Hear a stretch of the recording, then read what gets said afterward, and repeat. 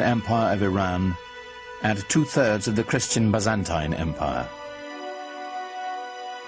By now, the empire was larger than Rome.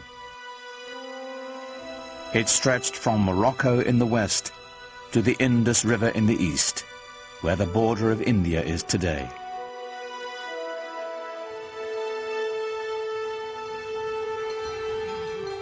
How had it happened that so small an army could conquer an area so large, so fast, so easily?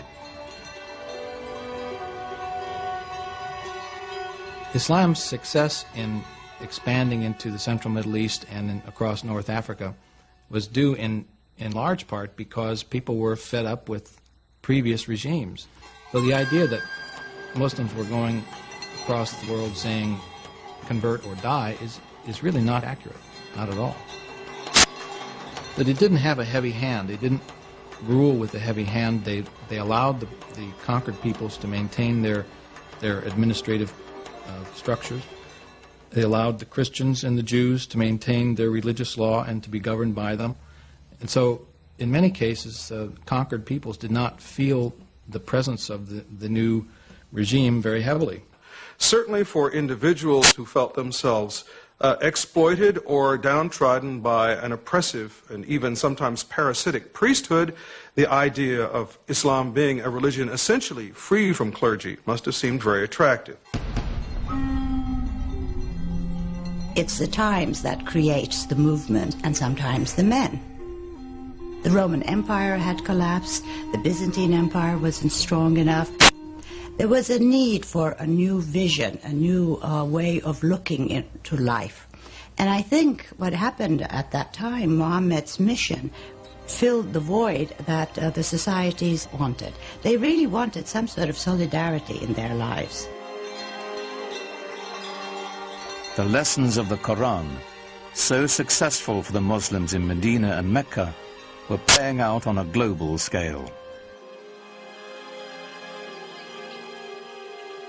As the conquest swept through Syria, the Muslims held their Friday prayers in the Church of St. John the Baptist in Damascus, allowing its Christian congregation to continue their services on Sunday. Side by side, the two faiths shared the same building, in peace.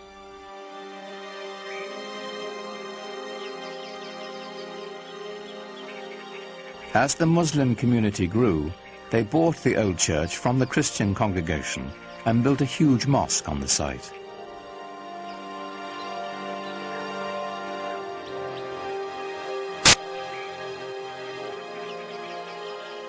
With Byzantine artisans, they decorated it with golden mosaics of an Islamic paradise.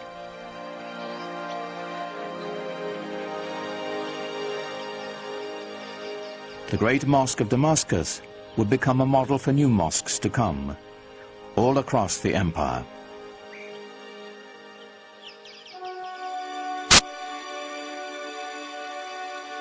The Arabs transformed their conquered lands, maintaining, improving, or expanding the infrastructure. In Tunisia, building on Roman ruins, they devised an ingenious system of water purification, using gravity to separate fresh water from sediments. Part of this system were these two enormous basins that they built outside the city walls. The clean fresh water would flow over into the larger basin, where it would then be distributed by pipes to the city. This is, hundreds of years before anyone in Europe ever thought of having running water.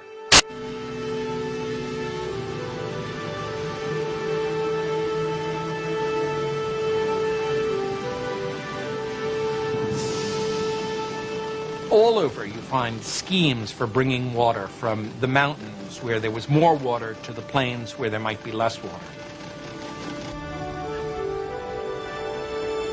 They resurrected elaborate irrigation systems, filling the old stone aqueducts with precious water.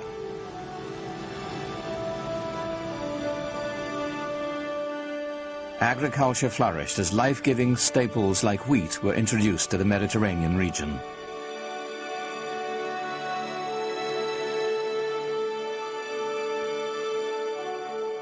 But Muslims saved their most monumental feat for the holy city of Jerusalem.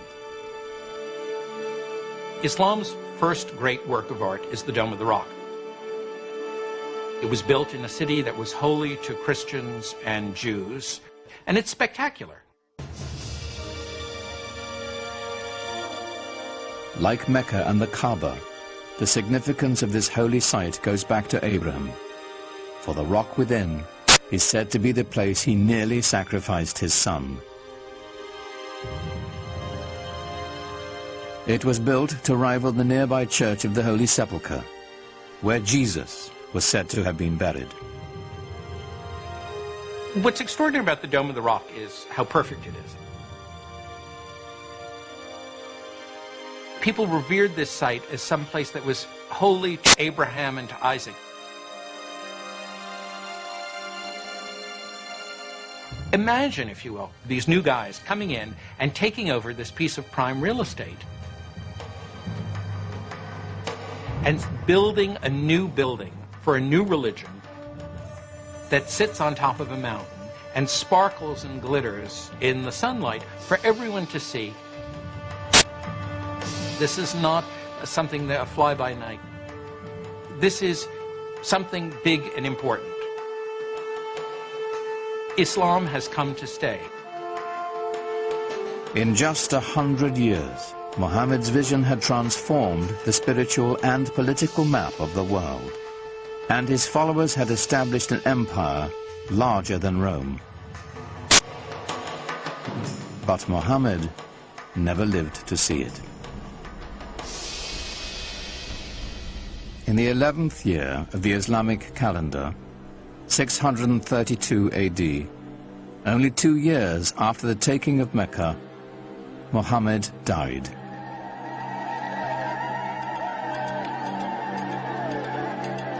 Medina fell into despair. For days, the city was consumed with sorrow and ceremony. He's known to have said that he wanted to be buried very simply, with no marker over his grave. He didn't want people to worship his grave. That would interfere with their worship of God. God had spoken to them only through Muhammad. Now that the Prophet had left them, perhaps God would as well. Muhammad's death set up a crisis in the young Islamic community. The question of succession was the first thing that really occupied people's concerns. At this point, there was a divergence of opinion as to how the community should go about choosing a new leader. According to the Shiites, the faction, the Shia of Ali, Muhammad had indeed designated Ali, his son-in-law and cousin, as his successor. The opinion that came to be the majority opinion, or the Sunni opinion, held that Muhammad had not appointed a successor during his life, but had said, after I am gone, choose one from among your peers, from among the elders. And from the house there came out the man who would be his successor, Abu Bakr.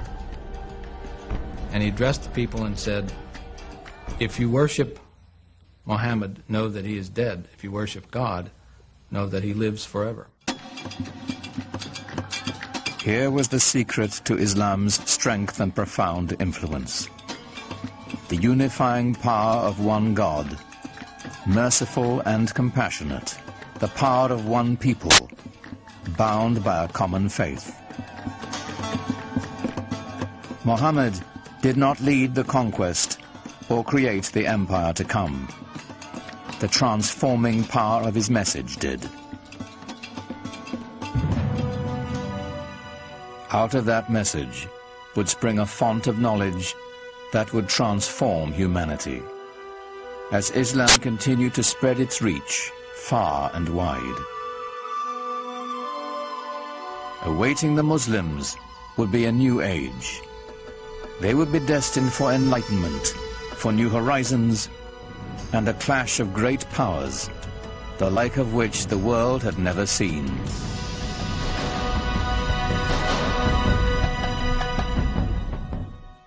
During the 7th and 8th centuries AD, a powerful new faith was about to change the world, the faith of Islam. Its followers launched a conquest not only by the sword, but with the power of ideas. 200 years after the death of Muhammad, his message and the new Arab Empire were transforming 3 continents. Now comes a new empire, a political new configuration, driven by a religious, newly defined civilization. This new civilization expanding beyond its own dreams within a period of very short time. Literally, the largest empire civilization